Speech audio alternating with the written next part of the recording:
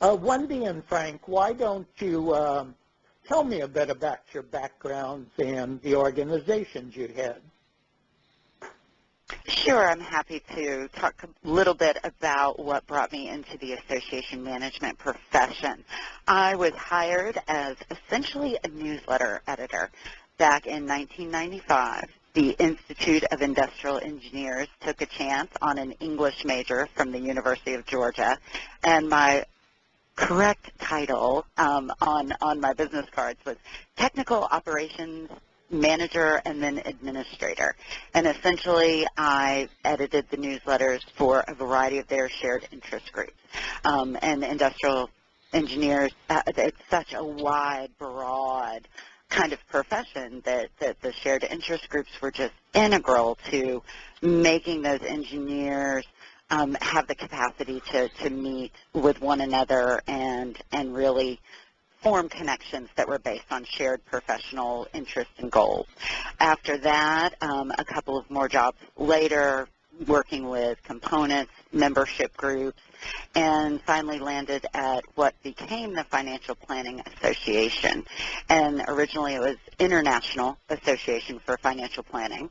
And I worked in the Atlanta office, and they had a merger with the Certified Financial Planner Group out in Denver, which became moving to Denver for all of our Atlanta staff, and we had some duplication. And I was fortunate enough at that time that the supervisor who had hired me way back when at the Institute of Industrial Engineers had an association management company. And she was moving to Tennessee from Atlanta and offered to put my name in front of her two groups as her replacement. And all of a sudden, I'm running my own starting in 1999. Over that course of that time, I became a certified association executive, served on the GSAE board of directors as well as the foundation, went to lots and lots of education sessions because running 3 organizations after being what was pretty much mid-level management, I have a volunteer that uses the term drinking from a fire hose. That's essentially what I did for 5 years. And then in 2004, my predecessor announced that he was moving on from GSAE, and I resigned from my board position in order to apply for the job. And have been really, really fortunate in that I get to work for my peer group in service of a profession that I love.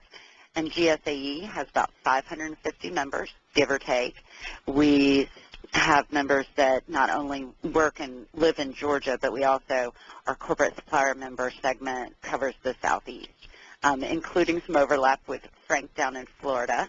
But Frank, I understand that you also were a volunteer for your organization before you became the CEO last year or the year before. Absolutely, Wendy, thank you. And yes, my career path sounds very similar to yours. It was definitely, I think we're an oddity where I actually majored in association management in college at a short-lived program they had at Florida State in the School of Business Management. And from there, I went to work for an AMC company that at the time, in 1985, giving away the years here, in 1985 was managing FSAE. So stayed a few years there, went to work for several different associations in more of a meeting planner role and director of education for some programs. Spent 11 years as the executive director of the Florida School Nutrition Association, which was a great organization. To have my first role as executive director, it was a great group, and I learned so much from them. Along these same times, like you, Wendy, I was very active in FSAE as a volunteer and very familiar with the organization. Was always at the annual conference. Went and after that was hired as executive director of the Florida Engineering Society and spent 13 years as the executive director there. And great organization, a big staff, and did a lot of government affairs. And I was, like I say, 13 years there. And as I kept looking at my what's the next move for me, or is there a next move for me? I was really getting more and more tired of the government affairs aspect that I was involved in, and at the time the opening for FSAE came up, and thought, what a wonderful opportunity to come full circle of my career back to FSAE, and to as my friend said, go be the baker for all the bakers, and get to run the association for all of our peers, which is a great honor, and it's also something that definitely keeps you on your toes every day, as you they know what you're doing for sure. And our organization, FSAE, has had a great couple of years here. We have been on a tremendous growth spurt. We, for the first time ever, have reached over 1,000 members. I think we're at 1,068 right now. We had an integration, a unification with the Tallahassee Society of Association Executives a couple of years back. And because of that and some other things, we're now doing about 4 times the number of programs we've done in years past. And it's been a really great growth, both in terms of programs and members for the organization. So it's been a pretty straight line to here, and I have enjoyed I've been here now about 20 months with FSAE, and it's been a wonderful opportunity for me. Thanks, guys. Let's move to the main topic, the board CEO working relationship. And Frank and Wendy, why don't we begin by your speaking generally about what you see as the keys to a really rock-solid partnership. Frank, why don't you kick off? Thank you, Doug. And I think, as I ponder this question, I think definitely the bedrock of all relationships with your elected leaders needs to be communication. I think you've got to know early on what type of communication that your volunteer leader wants to have, whether it's a phone call, a sit-down meeting, those type things. But the number one rule we always have in association management, I think, to our leadership is no surprises. We want to make sure that we're communicating everything to our leaders. They don't want to be surprised. They don't want to hear this from somebody else that something's happened that they didn't know about. So I think communication has always been the real bedrock of the relationship that they do. And again, finding out how they want to communicate is important, because there are, some that you've got to pick up the phone, you've got to talk to them. Some just want to, they're busy, they want to do their emails at night when they've already done their other type things. And I think a big key is to try to figure out what's going on in their real job. We've always got different situations. You may have a leader who has just started as the executive director of his own organization, and he is absolutely snowed under with that, and doesn't need you to be talking to him about some of the minutiae of the job. And you've got to be really careful and pick when and how you want to converse with that person. You've got other people who've been doing their job for 20 years, and they're pretty comfortable with it, and they've got a lot of time to spend with you and help you do different things. So I think you've got to figure out what's going on with them. And ultimately, I think you need to gain their trust and know that, that they're comfortable with you, that they're comfortable not worrying about what goes on day to day at the office, and helps them develop the attitude that they need to look at the big picture and not worry about the things. But you can gain their trust as a staff. You can gain the trust of the leadership, and I think that's helpful to us as you move forward. So that's some of the things I've followed in my career. Wendy, tell me about some of the things you've done with GSAE. I absolutely agree on the communication. When you were talking about it, all I could think, I had 2 early birds right in a row early in my career, and anyone who knows me knows I'm not a pleasant person at 6:30 in the morning, but I had 2 they were walking presidents. At that time we called them presidents, not chairs. And I would come into the office, around 8:30, and literally, they started their day thinking on their walk about stuff that might be going on with us, and certainly not every day. And then nowadays, I actually had back-to-back for 30 people. They like calling when they're, driving in their car from a meeting. And so it's a much more almost an informal of, hey, I just thought of this, and I wanted to get it off my back and onto yours. And so I think that key is communicating and knowing how they want information. I had another chair that if I needed him, I texted him because he was a check your email in the morning and the afternoon, before work and after work. It was one of his organizational skills. But I knew that if I texted, I could say, hey, I need you to look at this, or I need to give you an FYI on something. I think the other key is that relationship building. And it's interesting, I don't know of many other organizations that do this, but by culture and contract, I actually report to the executive committee. So not only do I have my chair, I have my past chair, my chair-elect, and my treasurer. And those 4 people are working in concert on almost all things. They all have the ability to approve, an expenditure, or to create agenda items, or, to be my resource when I need counsel. And so I think that's been unique for us in that we're able to build those relationships because our treasurer in particular sees everything during their treasurer role, back to back, and meets with me more frequently even than the past chair or the chair-elect do. And so I think that our structure allows us to build a relationship of trust and, in some cases, mutual admiration. I have an opportunity to get a sense of how that member works, how that leader works, before they're actually in that chair role. And so that's been my experience, that those 2 key, building trust and figuring out that communication from the very beginning. Great, guys. Now, let's drill down a bit, and why don't we bring this really great program to a close by you talking about some really concrete things you've done over the past few years to cement your relationship with your boards. And Wendy, why don't you take the ball first?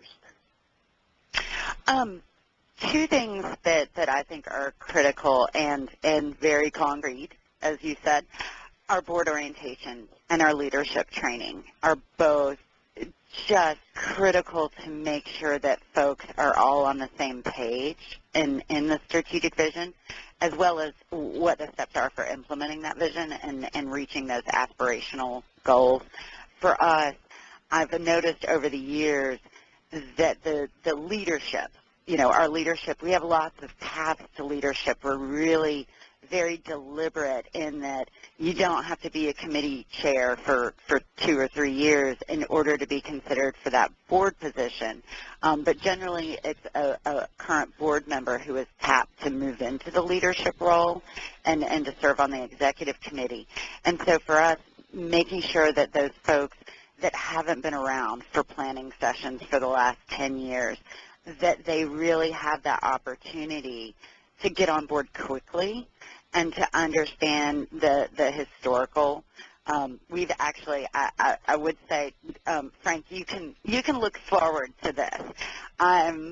3 of my past presidents have all been staff members for the Georgia Society of Association Executives.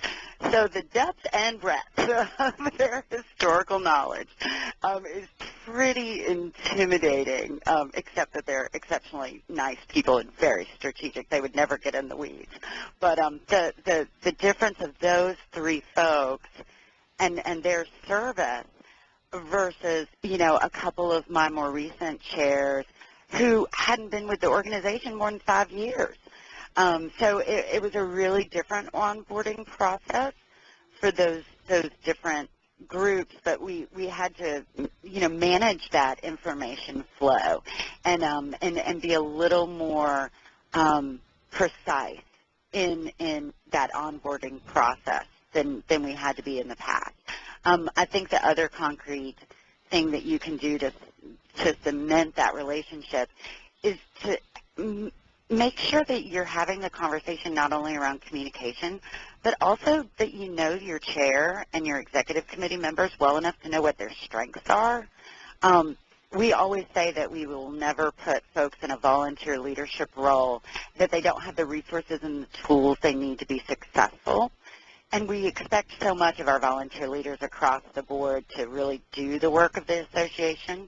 And so the same goes true for our executive committee members. We want to make sure that, you know, the year that we had an insurance guy in the chair role, it was fantastic. I had somebody who could actually translate what the insurance broker was saying into language that I absolutely understand and could work off of. And it was just an education into itself. In other cases, we've had people that are really strong financially that have been able to help us improve those processes. And I don't consider that to be getting in the weeds. I consider that to be sharing expertise in a way that's meaningful to the community.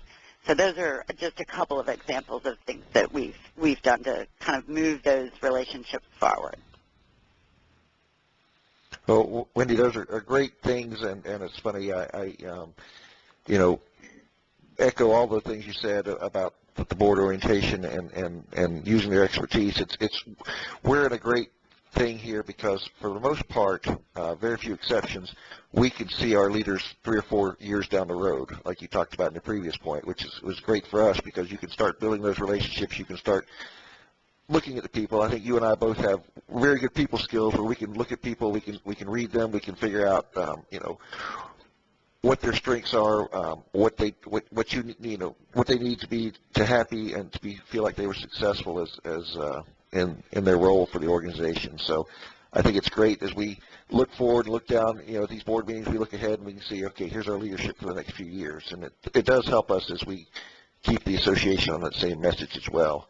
I also think it's important to, I've always found this important, particularly in my other roles, which weren't exactly association offices with engineers, with the school nutrition people, is to go out and visit them in their offices, in their home environment, to see what they, you know, to see how things are at their office, to see, because sometimes as an elected leader you have a CEO, other times you have a project management or a different person, and you need to see what their role is in their own organization and how they deal with their own staff and how these things happen. It's always been very helpful to me is to find out how you can deal with your members that way and know the mindset that you have as they take their job as elected leader. So I think that's important. I think I always semi-joke, but I think it's definitely true. You know, strategic plan is great for the organization, but every time you have an elected leader who's coming in at the annual conference and they give that speech right after they get installed, I'm sitting there with a notepad and a piece of paper because when they talk about the 3 things they want to accomplish. Yes, exactly. When they talk about the 3 things they want to accomplish this next year, I'm making sure I'm writing those 3 things down, and my goodness, they're going to be accomplished this next year because these are things that, you know, that's when they really talk about what they see the year of, and that's how you've got to be able to make sure that you fulfill their expectations and also, you know, accomplish all the goals that they want to accomplish in the year, and which is always good for the organization. So those are the points I have. I think, you know, it's just, as we talked about, it's all about the building relationships, the communication, and gaining their trust at the end of the day. Great job, Wendy and Frank. I want to thank you so much for taking the time to share your experience and your wisdom on this really critical subject. Let's see, it's Friday, so I wish you a wonderful weekend, and next week is Thanksgiving, so have a joyful Thanksgiving.